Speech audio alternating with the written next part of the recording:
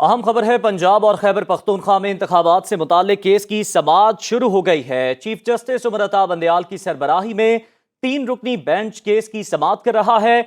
Justice Ijazul Ehsan और justice Munib Akhtar इस bench में शामिल हैं। आपको बताएं कि पंजाब के पी इंतखाबात इल्तवा केस में जस्टिस जमाल की जानिब से केस सुनने से माजरत की गई, जिसके बाद अब नया बेंच तश्कील दे दिया गया है। 3 रुकनी बेंच है जो कि अब इस मामले की समाअत कर रहा है। पंजाब और खैबर पख्तूनख्वा में इंतखाबात से मुताल्लिक केस की समाअत शुरू हो गई। चीफ जस्टिस उमर अता बंदयाल की सरबराही में 3 रुकनी बेंच केस की समाअत कर रहा है। जस्टिस एजाजुल एहसन और जस्टिस मुनीब अख्तर इस बेंच में शामिल हैं।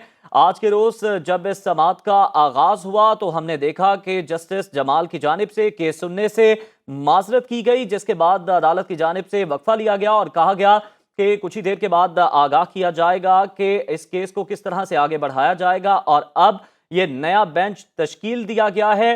3 रुकनी बेंच है जो कि अब इस मामले की समाअत कर रहा है। आपको यह भी बताएं कि चीफ जस्टिस उमर अता बंदयाल की सरबराही में 3 रुकनी बेंच इस वक्त केस की समाअत कर रहा है।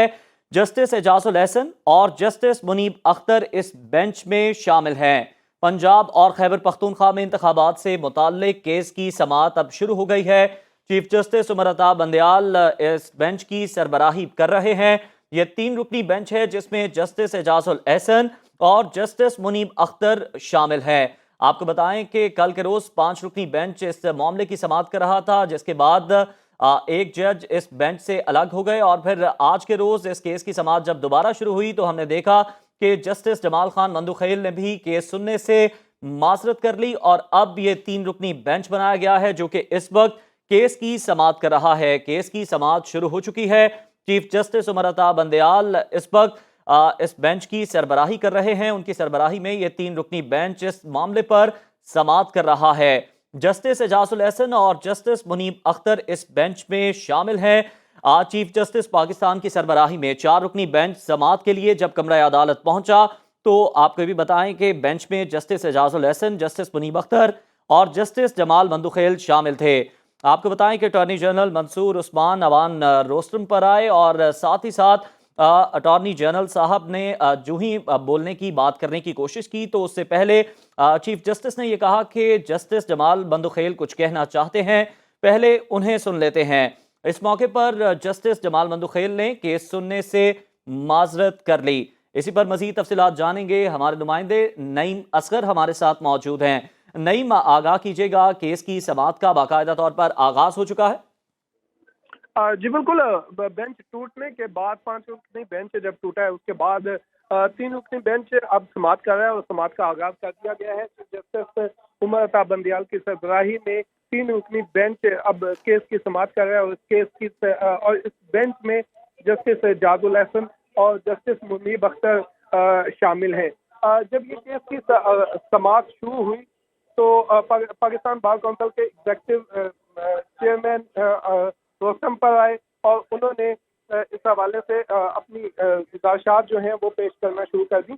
और उनका ये कहना था कि बार का जिस पर चीफ जस्टिस ने उन्हें कहा कि आपको बाद में सुनेंगे, लेकिन उन्होंने कहा कि पाकिस्तान बार काउंसिल के चेयरमैन एग्जीक्यूटिव काउंसिल ने कहा बार का किसी की हमायत से कोई ताल्लुक नहीं है। अगर फुल कोर्ट बेंच नहीं बन सकता तो फुल कोर्ट इजलास ही बुला ले। जिस पर चीफ जस्टिस ने कहा कि इस पर हम सोच रहे हैं। जजेस के आपस से चीफ जस्टिस का मजीद कहना था कि जजेस के आपस में ताल्लुकात अच्छे हैं। कल और आज 2 जजों ने समाअत से माजरत की। ठीक है। चीफ जस्टिस का मजीद कहना था कि जी। बाहमी इतराफ और शाइस्ता गुफ्तगू का जो बाहमी एहतराम और शाइस्ता गुफ्तगू होनी चाहिए और बाद में भी हुई। चीफ जस्टिस का कहना था कुछ गलत कुछ नुकात पर हमारी गुफ्तगू जरूरी है। सियासी मामला सामने आए जिस पर मीडिया और प्रेस कॉन्फ्रेंस से तेल डाला गया। चीफ जस्टिस का मजीद कहना था कि अदालत ने सारे मामले पर तहम्मुल का मुजाहरा किया। कुछ लोग चंद जजेस पर तनकीद कर रहे हैं, कुछ दूसरे जजेस पर तनकीद कर रहे हैं। चीफ जस्टिस का कहना था कि हम इस मामले को देख रहे हैं। चीफ जस्टिस ने मजीद कहा इस मामले पर मुझे चैम्बर में मिले। आज पहली बार आप अदालत आए हैं, बातों से नहीं अमल से खुद को साबित करें। चैम्बर में आए, आपका बहुत एहतराम है। सुप्रीम कोर्ट के बाद मुझसे राब्ते में रहे। चीफ जस्टिस का मजीद कहना था कि मामला सिर्फ बैरूनी इमेज का होता तो हमारी जिंदगी पुरसकून होती। मीडिया वाले भी बात औकात गलत बात करते जी। हैं। अदालत हमेशा तहम्मुल का मुजाहरा करती है। समाज के चीफ जस्टिस का कहना था कि समाज के बाद कुछ मुलाकातें करूंगा और ठीक है, तवक्को चीफ है जस्टिस ने कि ये कहा कि इस्तेमाल के बाद कुछ मुलाकातें करूंगा। नईम असगर हमारे साथ ही मौजूद रहिएगा। ब्यूरो चीफ इस्लामाबाद कामरान खान ने भी हमें ज्वाइन किया है। कामरान खान, बताइएगा आपके पास क्या अपडेट्स हैं? पाकिस्तान बार कौंसिल के चेयरमैन एग्जीक्यूटिव काउंसिल भी अदालत में पेश हुए, क्या कहा गया उनकी जानिब से? जी बिल्कुल, उनकी जानिब से फुल कोर्ट बनाने का मुतालबा किया गया, लेकिन उसके ऊपर जो चीफ जस्टिस के रिमार्क्स थे वो बहुत अहम थे। चीफ जस्टिस ने कहा कि कल और आज 2 जज साहिबान ने समाज से माजरत की और लेकिन इसके बावजूद बामी एतराफ़ और शाइस्ता गुफ्तगू पहले भी हुई और बाद में भी। उनका ये कहना था कि कुछ नुकात पर हमारी गुफ्तगू अब भी ज़रूरी है, लेकिन उनका चीफ जस्टिस ने ये गिला किया कि सियासी मामलात जब सामने आए तो उस पर मीडिया और प्रेस कॉन्फ्रेंसेस के जरिए जल्दी पर तेल डाला गया। तो अदालत, लेकिन उनका ये कहना था कि अदालत ने इस सारे मामले पर तहम्मुल का मुजाहिरा किया और कोई एडवर्स रिएक्शन जो है वो शो नहीं किया था। कुछ लोग जो ये कह रहे थे कि कुछ लोग हैं जो चंद जजेस पर तनकीद कर रहे हैं और कुछ दूसरे जजेस पर तनकीद कर रहे हैं, तो हम इस मामले को भी देखेंगे। उनका ये कहना था कि वो जरूर पाकिस्तान बार काउंसिल के चेयरमैन से और वाइस चेयरमैन से और एग्जीक्यूटिव कमेटी के चेयरमैन से मुलाकात करेंगे इस समाअत के बाद, और उन्होंने कहा कि ये मामला जो है वो बेहतर अंदाज में अब आगे चलेगा। तो इस हवाले से अभी ये बात हुई थी जब वो रोस्टरम पर आए थे chairman executive committee Pakistan bar council, लेकिन उसके बाद अभी जो दीगर वकला हैं इस केस में जो फरीक हैं उन्होंने भी आना है। इरफान कादिर जो कि इलेक्शन कमीशन के वकील हैं, उनसे अभी बात हुई थी, अभी वो पहुंचे हैं कमरा अदालत में। उनका ये कहना था कि वो इस बेंच की अभी समाअत जारी रखे हुए हैं, इस बेंच पर अब वो नुक्ता एतराज जो है वो बुलंद करेंगे। उसकी वजह यह है कि ये जो जब ये केस शुरू हुआ था तो एक लार्जर बेंच के पास था और इस लार्जर बेंच में से जितने जजेस जो हैं वो ड्रॉप हुए हैं वो अकलियत में हैं और जो इस वक्त समाअत जारी रखे हुए बेंच वो अकलियत में है। तो ये एक बुनियादी अहमियत का हामिल नुक्ता है और इसको नजरअंदाज नहीं करना। और उनका ये कहना था कि वो ये नुक्ता जो है जजेस इस बेंच पर एतराज की सूरत में अदालत में जरूर उठाएंगे। जी अच्छा, कामरान, ये भी बताइएगा, जिस तरह से आपने बताया कि पाकिस्तान बार काउंसिल के चेयरमैन एग्जीक्यूटिव काउंसिल पेश हुए, चीफ जस्टिस ने कहा आपको बाद में सुनेंगे। जिस तरह से आपने बताया कि इलेक्शन कमीशन के वकील इरफान कादिर आ चुके हैं, अदालत आज किस किस को सुनेगी? जी देखिए, ये जुमे की बाद अब ये समाअत शुरू हुई है, तो अभी ये देखना यह है कि ये समाअत कब तक जारी रहती है। शायद ये हफ्ता और इतवार को अमूमी तौर पर समाअत नहीं होती, तो ये मामला जो है ये शायद पीर तक जाएगा और पीर तक के लिए समाअत मुलतवी कर दी जाएगी। लेकिन इस वक्त जो पाकिस्तान बार काउंसिल और इसके अलावा जो इलेक्शन कमीशन के वकील हैं वो इस वक्त कमरा अदालत में मौजूद हैं और थोड़ी देर में शायद इलेक्शन कमीशन के वकील जो है वो रोस्टरम पर आएंगे और अपने जो इस बेंच के हवाले से जो तहफ़्फ़ुज़ात हैं जो उन्होंने से पहले मीडिया के ऊपर भी जिक्र किया वो तहफ़्फ़ुज़ात जो हैं वो अदालत के सामने रखेंगे, क्योंकि उनका जैसे कि मैंने पहले भी बताया कि उनका ये मौक़िफ़ है कि इस पूरे केस में जब से ये मामला जो है यानी पंजाब में इलेक्शन और खैबर पख्तूनख्वा में इलेक्शन का मामला सुप्रीम कोर्ट में आया है, उस वक्त से लेकर अब तक ये एक लार्जर बेंच से ये मामला शुरू हुआ था जो कि अब एक 3 रुकनी बेंच पर मुंतज हुआ है। तो उनका ये कहना था कि इस लार्जर बेंच की तश्कील से इस लार्जर बेंच से जो लोग ड्रॉप हुए हैं, जो जज साहिबान ड्रॉप हुए हैं वो अक्सरियत में हैं। उनकी जो राय थी उनमें से किसी ने इख्तिलाफी नोट भी लिखे हुए हैं, तो उनकी अगर इख्तिलाफी राय को जमा किया जाए तो वो अक्सरियत में हो जाती है। और इससे पहले भी उनका ये कहना था कि ये मामला अदालत में आ चुका है कि जो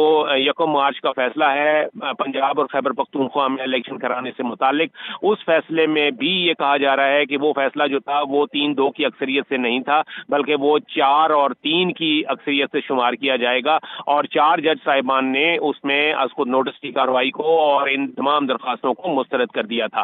तो ये वाला मामला अब इस 3 रुकनी बेंच के सामने भी आना है। अभी समाअत चल रही है और उसके बाद फिर ये मामला जो है जब दीगर फरीकैन के वकला जो हैं वो अपने दलाइल जो है अदालत के सामने रखेंगे तो फिर ये मजीद समाअत आगे बढ़ेगी। बिल्कुल, दीगर भी जो वकला हैं वो भी अपना जो मौक़िफ़ है, दलाइल है, वो अदालत के सामने रखेंगे। समाअत इस वक्त जारी है। कामरान खान, उसके अलावा ये भी बताइएगा, इस वक्त जो तमाम फ़रीक़ैन हैं, जो तमाम फरीकैन के वकला हैं वो कमरा अदालत में मौजूद हैं? जी बिल्कुल, यहाँ पर जो पाकिस्तान तहरीक इंसाफ के वकील हैं अली जफर वो मौजूद हैं, इलेक्शन कमीशन के वकील हैं वो मौजूद हैं, इसी तरीके से फारूक इस्माइल जो कि पाकिस्तान पीपल्स पार्टी को रिप्रेजेंट कर रहे हैं वो मौजूद हैं, अटॉर्नी जनरल जो हैं वो अदालती नोटिस पर यहाँ अदालत में मौजूद हैं। और इस हवाले से मैं ये जरूर बताता चलूँ कि जब चीफ जस्टिस जो है वो जब उनका मुकालमा चल रहा था, जब वो बात कर रहे थे chairman Pakistan bar council executive committee के चेयरमैन से, तो उसमें उन्होंने कहा कि मामला जो है सिर्फ बैरूनी इमेज का होता तो हमारी जिंदगी पुरसकून होती। चीफ जस्टिस का कहना था कि मीडिया वाले भी बाज़ औक़ात गलत बात कर देते हैं और जल्दी पर तेल का काम किया जाता है। अदालत हमेशा तहम्मुल का मुज़ाहरा करती है। समाअत के बाद वो कहते हैं मैं मुलाकातें भी करूंगा। और एक उन्होंने बहुत अहम बात की, उनका ये कहना था, चीफ जस्टिस ने रिमार्क दिए कि तवक्का है कि पीर का सूरज अच्छी नवीद लेकर तुलू होगा। यानी इससे उनका मकसद ये था कि शायद जो है मामला जो है वो अब बेहतर अंदाज में आगे बढ़ेंगे, इसीलिए उन्होंने ये कहा कि पीर का सूरज अच्छी नवीद लेकर तुलू होगा। ये चीफ जस्टिस के रिमार्क्स थे जो कि अहमियत के हामिल हैं। अच्छा कामरान खान, जिस तरह से इलेक्शन कमीशन के वकील इरफान कादिर का कहना था कि वो जो नुक्ता है बेंच का उस पर एतराज़ करेंगे, यकीनन अक्सरियत और अकलियत का मामला है जिसकी वो निशानदही कर रहे हैं, लेकिन आज जो सुप्रीम कोर्ट के रजिस्ट्रार की जानिब से जो सर्कुलर जारी किया गया, क्या उसके बाद ये मामला वाज़ेह नहीं हो गया, क्लैरिटी नहीं आ गई इसमें? नहीं देखिए, ये जो सर्कुलर जारी हुआ था रजिस्ट्रार की जानिब से, उसमें ये कहा गया था कि ये जो 4 रुकनी बेंच है ये समाअत जारी रखेगा, क्योंकि जो 2 रुकनी बेंच ने जो फैसला दिया है, यानी जो एक उन्होंने रेस्ट्रेनिंग आर्डर जारी किया है जिसमें कि जस्टिस काजी फाइज ईसा और जस्टिस अमीरुद्दीन शामिल थे, उनके फैसले का इस पर इतलाक नहीं होगा, क्योंकि एक 5 रुकनी बेंच का फैसला मौजूद है जिसमें ये उसूल वज़ा कर दिया गया था कि अज़ खुद नोटिस लेने का इख्तियार जो है वो सिर्फ चीफ जस्टिस ऑफ पाकिस्तान का है। और अभी तक कोई नया कानून भी ऐसा सामने नहीं आया, इसलिए ये कहा जा सकता है कि ताहाल यानी अभी तक ये इख्तियार जो है चीफ जस्टिस के ही पास है। तो इसमें ये कहा जा रहा है कि जो जस्टिस काजी फाइज ईसा और जस्टिस अमीरुद्दीन ने जो एक अपना अक्सरियती फैसला दिया था, जिसमें उन्होंने कहा था कि तमाम मफाद आमा के केसेस जो हैं आइन के आर्टिकल 184(3) के तहत जो बराह रास्त सुप्रीम कोर्ट में सुने जा रहे हैं, और आज खुद नोटिस के जो मामला हैं उन पर समाअत जो है वो फिलफौर रोक दी जाए उस वक्त तक, जब तक के सुप्रीम कोर्ट जो है वो अपने रूल्स को अमेंड नहीं कर लेती, उनमें तरमीम नहीं कर लेती। तो ये कहा जा रहा है कि उनका ये फैसला जो है उसका इस पर इतलाक नहीं हो सकता, नंबर 1। दूसरी बात यह है कि उस पर उसी फैसले में एक इख्तिलाफी नोट भी था जस्टिस शाहिद वहीद का, जिसमें उन्होंने ये कहा कि जस्टिस काजी फाइज ईसा और जस्टिस जो उनके साथ जो साथी जज थे, उन्होंने ये रिस्ट्रेनिंग ऑर्डर जारी करके उन्होंने चीफ जस्टिस का इख्तियार इस्तेमाल किया, यानी उन्होंने आज खुद नोटिस खुद से ले लिया इस मामले में। एक वो मामला जो कि उनके सामने था नहीं, उन्होंने उस मामले को छोड़कर जो असल मामला था, जो असल पटिशन थी, जो असल केस था, उससे हटकर उन्होंने एक नए मामले के अंदर रेस्ट्रेनिंग ऑर्डर जारी कर दिया। तो ये यूं समझा जाएगा कि उन्होंने खुद किसी मामले पे खुद नोटिस लिया और चीफ जस्टिस का इख्तियार इस्तेमाल किया, ये इख्तियार उन्हें हासिल नहीं था। तो ये इस वजह से उस दो जो जज साहिबान हैं उन्होंने जो फैसला दिया उसका इतलाक जो है वो इस फैसले पर नहीं किया जा रहा। लेकिन इसके अलावा जो जहाँ तक इस बेंच में, इस समाअत में एतराज़ात उठाने वाली बात है, उसमें जो 4-3 का वाला मामला है जो कि जस्टिस जमाल मंदोखेल और जस्टिस मंसूर अली शाह ने उठाया था, वो नुक्ता भी अहम है और उसको भी उठाया जाएगा कि 4 यकीनन वो नुक्ता भी अहम है, उसको भी उठाया जाएगा। कामरान खान, नईम असगर, आप हमारे साथ ही मौजूद रहिएगा। इमरान भट्टी ने हमें ज्वाइन किया है, उनसे भी बात करेंगे। इमरान, साबिक चीफ जस्टिस साकिब निसार की जानिब से सहाफ़ियों से गैर रस्मी गुफ्तगू की गई है, क्या कहना था उनका साकिब निसार का? जी बिल्कुल, साबिक चीफ जस्टिस साकिब निसार ने नमाज़ जुमा के बाद जब वो मस्जिद से निकले तो सुनो न्यूज़ के साथ ही उन्होंने गुफ्तगू की। हमने उनसे सवाल पूछा कि जो बेंच की तश्कील के ऊपर कानून के मुताबिक क्या इख्तियारात हैं चीफ जस्टिस की, तो उन्होंने कहा कि बेंच की तश्कील चीफ जस्टिस का जवाबदीदी इख्तियार है। और जब हमने उनसे सवाल किया कि 90 रोज के अंदर इलेक्शन की जो शिक है इस पर किस हद तक अमल दरामद और कानून क्या कहता, तो उन्होंने कहा कि आइन में तो 90 रोज के अंदर इलेक्शन दर्ज है कि आइन के तहत 90 रोज के अंदर इलेक्शन होने हैं। फिर जब हमसे सवाल किया कि आपके ऊपर काफी तनकीद की जा रही है तो आप क्या रद्द-ए-अमल देना मुनासिब समझेंगे, तो उन्होंने कहा कि मैं माह रमजान की वजह से अपने खिलाफ बातें करने वालों को जवाब देना मुनासिब नहीं समझता। तो आज साबिक चीफ जस्टिस साकिब निसार ने भी अपने वाज़ेह रिमार्क अपने वाज़ेह मौक़िफ़ अपना दिया है कि बेंच की जो तश्कील है वो चीफ जस्टिस सुप्रीम कोर्ट का सवाब दीदी इख्तियार है और आइन के तहत 90 रोज के अंदर इलेक्शन होने चाहिए। जी।